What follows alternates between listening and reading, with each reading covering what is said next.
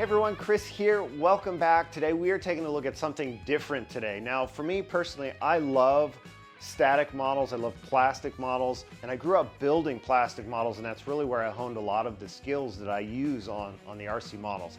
And so today we're taking a look at a turbofan engine kit that comes from StirlingKit.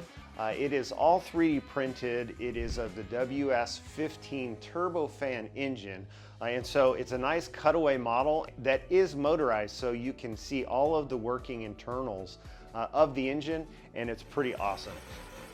It is motorized, and so there is on the stand a place where you can put 2 AAA batteries, and then there's a plug where you can plug it together, and all of the rotating machinery in there rotates with the battery. Now I did find there was a bit of drag. You do need a pretty high power set of AAAs, and so I ended up just plugging in a 2S LiPo into it, and that really helped it move through any kind of difficulties it was having from friction or anything like that, and it spun. With the 2S LiPo, it spins super nicely, and so you get a really good idea of how it all works. From a STEM perspective, this is a fantastic project to help learn and explore how turbine engines and how turbofan engines work. Now, from an assembly standpoint, it took me about 1.5 to 2 hours to put together. There are a number of pieces in there. Now, they are all 3D printed with the exception of some shafts and some bearings that are included, but otherwise, everything fit together pretty nicely.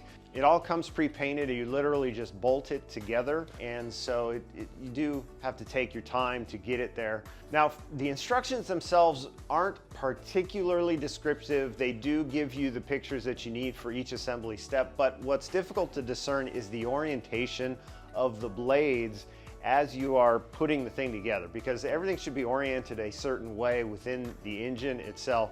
And so trying to discern that up front wasn't the easiest because it wasn't obvious in the instructions themselves. So, I've got the picture on the video.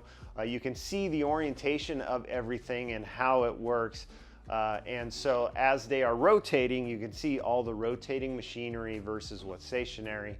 And so, yeah, it's really great representation to see how these turbine engines work. Now, in the process of assembling the model, I was kind of lamenting. I was like, man, all these 3D printed parts, how come they didn't give a 3D printed tool for tightening the nuts? Well, I found out near the end, there was one included, imagine that. And so that helped with all of the final assembly. There are a number of screws and nuts that you do have to tighten down. And so that's where a lot of that time comes in. And so having that tool really helps the process go a bit quicker. And so once it's fully assembled, it's a really nice looking representation. It's something you can set on your desk at work or in your office or in your shop or what have you. But also from a STEM perspective, it is a fantastic project to show the inner workings of a turbofan engine, because a turbine engine in its purest form is actually fairly simple, but there is a lot going on, especially when in today's modern technology of turbine engines. Being able to see how it all works is really fantastic. All right, so here is the completed engine, and so I wanted to talk through just how these engines work. You can see all of the rotating components in here, and so this is what is called a turbofan, and actually it's a low bypass turbofan. And so what that means is these 3 elements here are actually, this is a multi-stage fan, and so when that spins, you actually have air that is being fed into the core turbine, which starts here, and this is the compressor, which we'll talk about in a minute. But you also have air that bypasses around the whole core turbine as well. And so you are getting a combination of thrust from the fan as well as from the core turbine itself. And so when you talk about, so this being a low bypass, that means there's not a whole lot of air being bypassed around the turbine. When you talk about a high bypass turbine, you're going to have a much larger fan and a much larger channel for bypass air.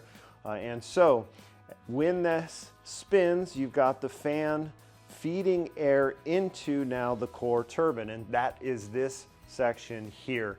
And so you have this multi-stage compressor here. This is 1, 2, 3, 4, 5, a 6-stage compressor.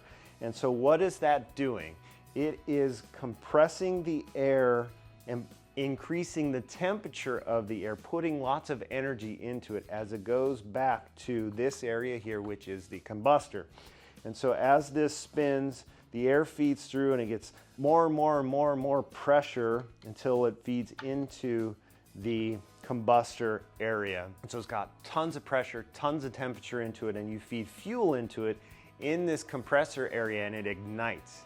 And so what that does then is, it's continuous energy. You're adding even more energy into the air as it then feeds into the turbine area. And so the turbine is actually used back here to help drive everything forward of it.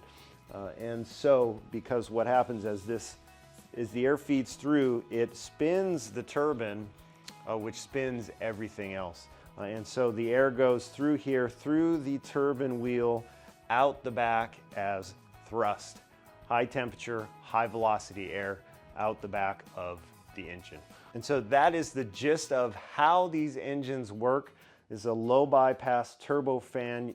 And so when you talk about how a turbojet engine works, like in RC, it's just basically this core engine with the exception of there's a single turbine wheel, you still have this combustor area, and you have a single stage compressor.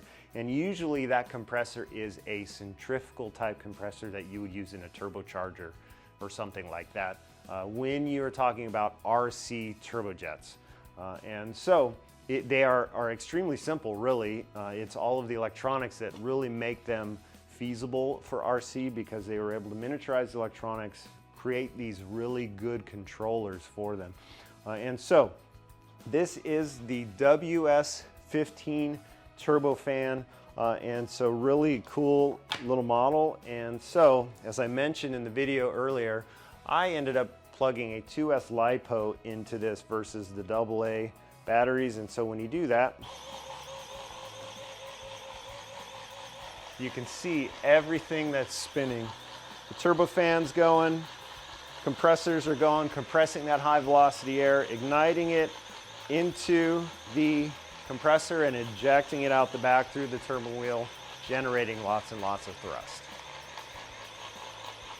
And so there is the StirlingKit WS-15 turbofan engine.